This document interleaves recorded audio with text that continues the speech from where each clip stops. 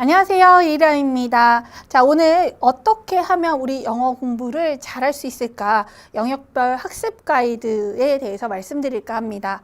자, 우리 공무원 영어 문항은 이렇게 구성되어 있죠. 전체가 20문제라고 보시면 되고요. 이렇게 약간 영역별로의 숫자는 그때그때 상황에 따라 조금 바뀌기도 하기 때문에 한 평균 정도의 숫자다라고 보시면 돼요.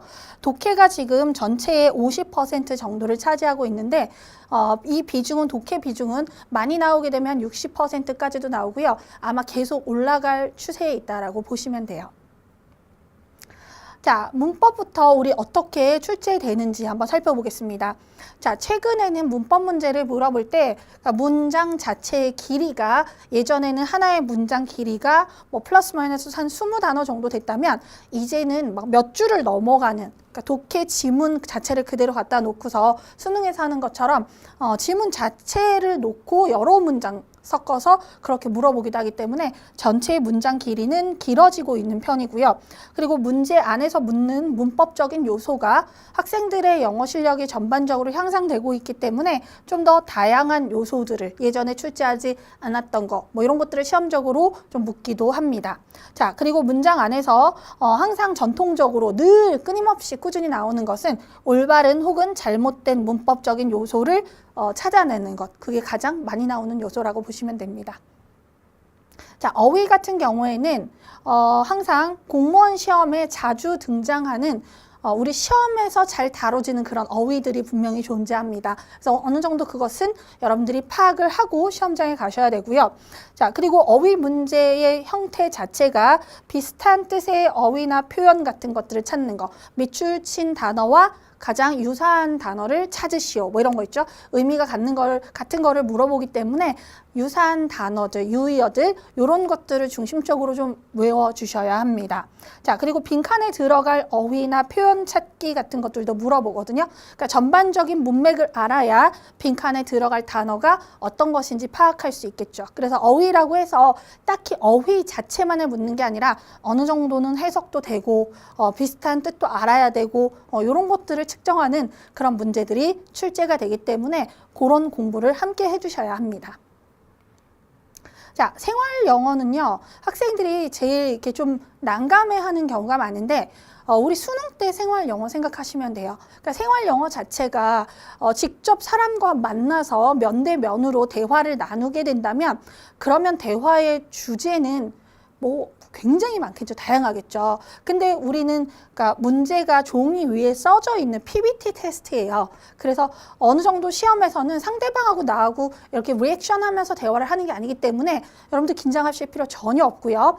그리고 종이에 써서 물어보는 것이다 보니 어느 정도 범위는 정해져 있어요. 그래서 시험에 나오는 그런 범위의 표현들이라든가 뭐 자주 쓰이는 그런 내용이라든가 이런 것들은 좀 여러분들이 공부를 하시면 시험장 가시면 사실 생활 영어는 틀릴 게 없고 틀리면 안 된다고 봅니다, 저는. 그래서 충분히 하실 수 있는데 자, 일단 생활 영어에서 기본적으로 우리가 독해가 안 되는 사람, 어휘가 안 되는 사람은 생활 영어가 힘들죠. 왜냐면 상대방이 말하는 게 아니라 글을 써서 지금 문제가 출제가 되는 거기 때문에 읽고 기본적인 어휘나 기본적인 해석은 돼야 하는 거죠. 그래서 내용의 흐름을 이해해서 무슨 말을 하는 건지 일단 상황 파악 정도는 돼야 되고요. 자, 그리고 우리가 말을 할 때는 그렇게 많이 쓰지 않지만 글에서 쓰는 그런 표현들 있죠. 시험 영어다 보니까 그런 이디엄 표현들, 속담, 그다음 상황을 나타내는 그런 표현들 있죠. 그런 게 시험이 좋아라는 것들이 좀 있어요. 그래서 그걸 이제 나중에 제가 정리를 해드릴 텐데, 그거는 시험 치기 직전에 어느 정도 한 두세 달 정도 전 그때 집중적으로 특강 들으면서 막 이게 좀 공부를 해주시면 시험장에 가시면 다 보면 기억이 날 거예요. 그러니까 미리부터 생활 영어를 준비한다고 학원을 다니고 매일 아침 생활 영어 무슨 프로그램을 듣고 그렇게까지 하실 필요는 없고요. 평상시에는 자, 요 정도 수준에만 대비하시면 돼요. 여러분들이 하시는 문법, 어휘, 독해 공부가 이 전체 흐름의 내용을 파악하는 거거든요. 평상시에 요것만 열심히 하시면 생활 영어 문제 3분의 2 정도는 해결이 돼요. 그리고 나머지 부분은 이제 이런 데서 출제가 된다고 보시면 돼요. 자, 그 다음에 독해는요, 지문의 길이가 길어지고 있습니다. 그리고 내용 또한 전문적으로 좀 어려워지는 추세예요. 그래서 예전에는 막 깊게 다른 분야의 지문들이 많이 나오지 않았는데 막 이제 철학, 과학, 심리적인 거, 뭐 의학적인 거 이런 다양한 지문들이 들어가고 있어서 학생들이 자주 멘붕을 느끼곤 하죠. 그냥 내용 자체가 너무 부담스러운 거예요. 난 잘 모르는데. 근데 내용이 어렵다고 해서 절대 문제가 어렵냐? 그건 아니거든요. 그러니까 내용이 어려우면 여러분 생각을 해보세요. 저같이 영어를 전공한 사람들이 영어 문제를 내요. 그러면 저는 과학을 잘할까요? 저는 예술을 잘할까요? 저는 철학을 잘할까요? 아니죠. 그래서 전문 지문을 내게 되면 출제자도 사실 잘 모르는 부분이 많거든요. 그래서 지문이 어려워지면 기본적으로 학생들은 멘붕을 먹고 들어가기 때문에 학생들이 그냥 조금만 건드려줘도 틀려요. 그래서 지문이 어려우면 문제는 쉽게 내줘요. 그리고 출제자들도 괜히 어려운 지문에서 자기가 잘 알지도 못하는 내용의 문제를 꼬아내게 되면 그거 가지고 논란의 여지가 생기면 좀 자기한테도 불이익이 돌아갈 수 있거든요. 그래서 절대 지문이 어려워지면 문제는 어렵게 되지 않습니다. 그래서 어려운 지문일수록 이건 문제는 쉽겠네, 편안하게 풀 수 있겠네 라고 생각한다면 절대 독해를 할 때 여러분들이 뭔가 긴장해가지고 내가 아는 거 틀리고 뭐 이런 일은 절대 없을 거예요. 그러니까 문제는 쉽게 나온다 이렇게 생각해 주세요. 자, 그 다음 그럼 어떻게 공부를 해야 할 것인가? 제일 중요하죠. 자, 문법은요. 어떤 개념이 제일 중요해요. 사실은 분사가 뭔데? 라고 물었을 때 분사는 이런 거야 라고 한마디로 정의할 수 없다면 공부 안 하신 거예요. 저는 이 개념이 제일 중요하다고 생각하거든요. 관계대명사가 뭐야? 라고 물었을 때 나 스스로 대답할 수 있어야 돼요. 그게 뭔지 모르면서 무슨 문제를 풀어요? 그렇죠? 그건 기본이 안 되는 거죠. 그래서 가장 중요한 거는 개념이에요. 그래서 전체 목차를 쫙 보면서 이건 뭐고 제목만으로도 스스로에게 아주 어려운 단어로 설명하지 않으셔도 돼요. 잘난 척 안 하셔도 돼요. 자기 혼자 듣는 거니까 쉬운 단어로 이런 거야. 관계대명사란 관계는 접속사의 역할이고 대명사는 대명사니까 이 대명사가 접속사의 역할을 같이 하는 거. 그게 바로 관계대명사야. 이렇게 설명할 수 있으면 돼요. 뭐 이렇게 거창한 걸 바라는 거는 아니에요. 자, 관계대명사의 개념을 알게 되면 자, 그 다음에 어떤 문제가 나오는지를 알겠죠. 자, 관계대명사는 접속사의 기능도 있고 대명사의 기능도 있고 두 가지 기능을 같이 갖고 있죠. 자, 그래서 접속사의 기능 때문에 연결해주는 기능 때문에 이 관계대명사랑 관계 있는 선행사를 이렇게 연결시켜줘요. 그래서 선행사 뒤에 관계대명사가 오고 그 다음에 관계대명사는 대명사 역할을 같이 하고 있기 때문에 뒤에 대명사가 하나 빠져야 돼요. -1 결핍 구조가 되죠. 자, 그래서 그걸 물을 거예요. 이 관계대명사가 맞냐? 이렇게 묻는다면 자, 이 선행사가 사람이면 후계열. 그쵸? 선행사를 대신하고 있는 관계대명사니까 선행사 옆에 붙어서 얘를 대신하는 관계대명사. 사람이면 후, 후즈, 훔. 사물이면 위치, 후즈. 그런 거겠죠? 자, 그 다음에 뒤에 주어가 없으면 얘가 주어 역할을 하는구나. 목적어가 없으면 목적어 역할을 하는구나. 관계대명사가 어떤 건지를 알아야 관련 문제가 어떻게 나오는지를 알겠죠. 그렇죠? 그래서 개념과 그와 관련된 문제 어떻게 출제되는지 출제 포인트라는 말도 해요. 자, 여기에 보면 출제 포인트라고 나와 있죠. 일단 개념 이해를 1단계로 보시고요. 그 다음에 핵심 출제 포인트 숙지를 2단계로 보시죠. 자, 그래서 이렇게 나오는구나. 그 다음에 반복적으로 해주셔야 돼요. 사실 우리가 관계대명사 하면 막연하게 생각하지만 사실 문제 몇 개 없거든요. 포인트를 알고 있으면 맞아, 관계대명사 파트에서는 뭐 이거 물어보지 이렇게.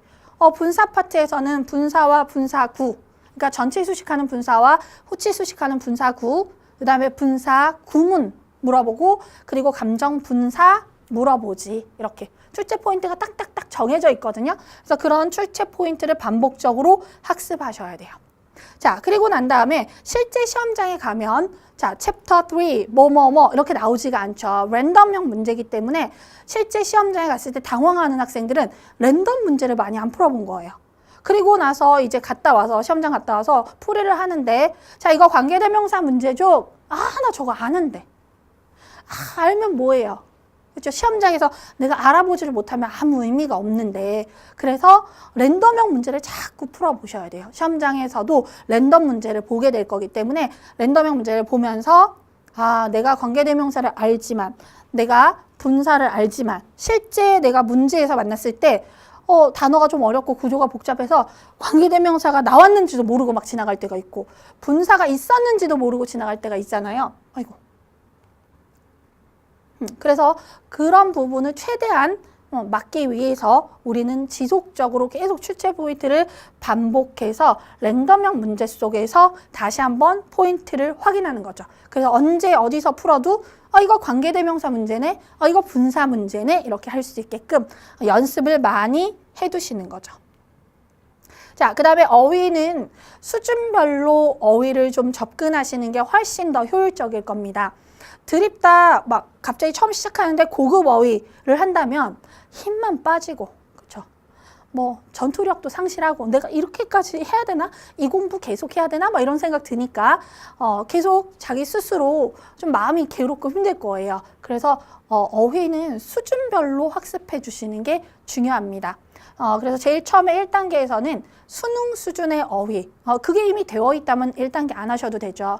근데 우리 보통 고등학교 졸업하고 시간이 흐른 뒤에 시작하신 분들이 많아서 내가 수능을 쳤는지, 우리 때 수능이 있었는지 뭐 이런 것조차 가물가물하시는 분이 많아요. 그래서 수능 수준의 어휘를 다시 한번 복원시켜 주세요. 완성시켜 놓고 두 번째 단계로는 공무원 시험에서 자주 출제되는 그런 어휘들이 있어요.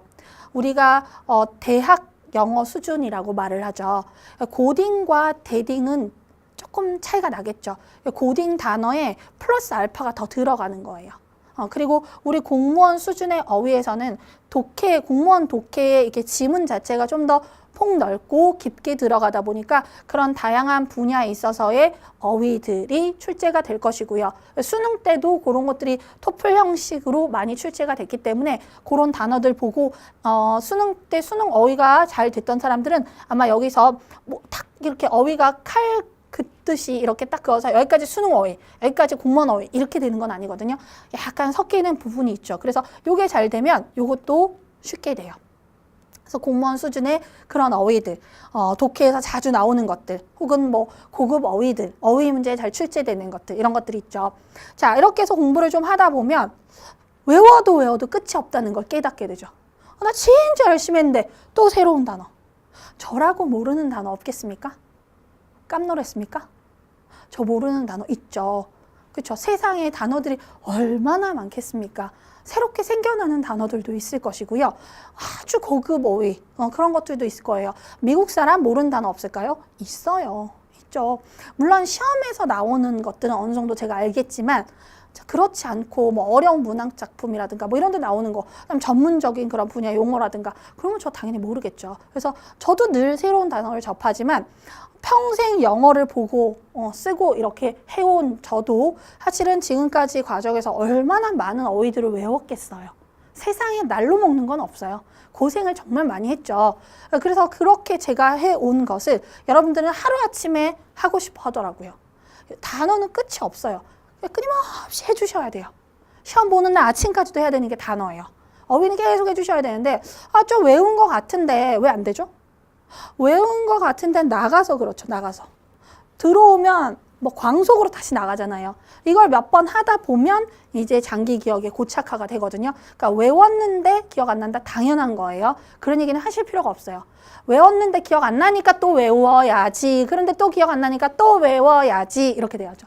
그래서 언제까지 외워요? 다 알 때까지. 어느 정도 시험 수준의 어휘는 제가 여러분한테 세상에 있는 모든 영어 어휘를 다 하라고 하는 것도 아니고요. 시험 수준의 어휘는 어느 정도 하셔야 되거든요. 그래서 어휘책은 시험 보는 날 아침까지 놓지 마세요. 그래서 수능 수준의 어휘 그리고 공무원 수준의 어휘는 우리 책 그 통문장 어휘와 그 다음에 우리 책 리라클 어휘 그게 공무원 수준의 요거보다 조금 한 단계 높은 대딩 어휘라고 보시면 되고요. 자, 그렇게 공부를 나는 정말 많이 했는데 어휘 공부를 많이 했는데 근데도 또 어려운 게 나와. 자, 그게 이제 고급 어휘예요. 어근과 접사를 가지고 있는 것들이죠. 우리말에서 한자어 같은 표현이라고 생각하시면 돼요. 그러니까 예를 들어 한자가 뜻을 가지고 있잖아요. 소인 그러면 어제 우리 그 연우가 그러더라고요. 엄마 소인이면 작을 소자 사람 인자니까 작은 사람이야 이렇게. 그래서 그런 뜻을 가지고 있으니까 얘가 작을 소자 사람 인자 뭐 큰 대자 이런 단어 몇 개를 알아요. 그거 가지고 그냥 계속 이제 쉬운 거는 활용을 하는 거죠. 그래서 그러면 대인은 엄마 키가 되게 큰 사람이야? 그래서 꼭 키가 큰 게 아니라 이제 나이가 많아서 어른이 된 사람을 대인이라고 이렇게 표현을 하는데 그런 아이들도 이제 한자를 알면 어휘를 확장할 수 있거든요. 처음 듣는 단어도 이게 무슨 자니까 이런 뜻이겠구나 라고 생각을 하더라고요. 그래서 어근이나 접사의 의미를 알게 되면 내가 모르는 단어도 이걸 보게 되면 얘는 이 뜻이구나 라고 이렇게 어휘 확장을 할 수 있는 거죠. 자, 그래서 좀 더 어휘를 폭을 넓히기 위해서 어근 접사 중심의 이제 고급 어휘를 배우게 됩니다. 그러면 이렇게 전체 공무원 어휘의 학습이 마무리되게 되죠. 자, 요렇게 어휘를 마무리하시고요. 자, 다음 전략. 자, 이제 생활영어 학습 전략 살펴보도록 하겠습니다. 생활영어는 일단 먼저 미리 막 생활영어에 대해서 걱정하시거나 겁내시거나 그러실 필요는 없을 것 같아요. 합격한 학생들을 보면 미리 제가 하지 말라고 하면 다 하지 않거든요. 그래서 끝에 가서 마지막 한 3개월 정도에 제가 생활영어, 뭐 영작 이런 것들을 특강을 해요. 그때 가서 준비해도 늦지 않아요. 자, 왜냐면 생활영어의 대부분의 문제들은 일단 여러분들이 읽고 해석을 하는 거죠. 누구랑 말을 하는 게 아니라 읽고 이게 무슨 말인지 알아야 돼요. 그래서 생활영어만, 난 영어는 겁나 잘하는데 생활영어만 참 안 돼. 이거 쉽지 않아요. 생활영어도 안 돼가 맞겠죠. 생활영어만 안 되는 건 아니에요. 그래서 영어가 약한 사람들은 생활 영어도 안 되는 거니까 이렇게 기본적인 어휘와 해석이 가능하다면 당연히 읽고서 내가 뭐 이렇게 한다는 거구나. 그렇죠? 그런 정도는 알아듣겠죠. 그래서 굳이 처음부터 생활 영어를 같이 하실 필요 없고요.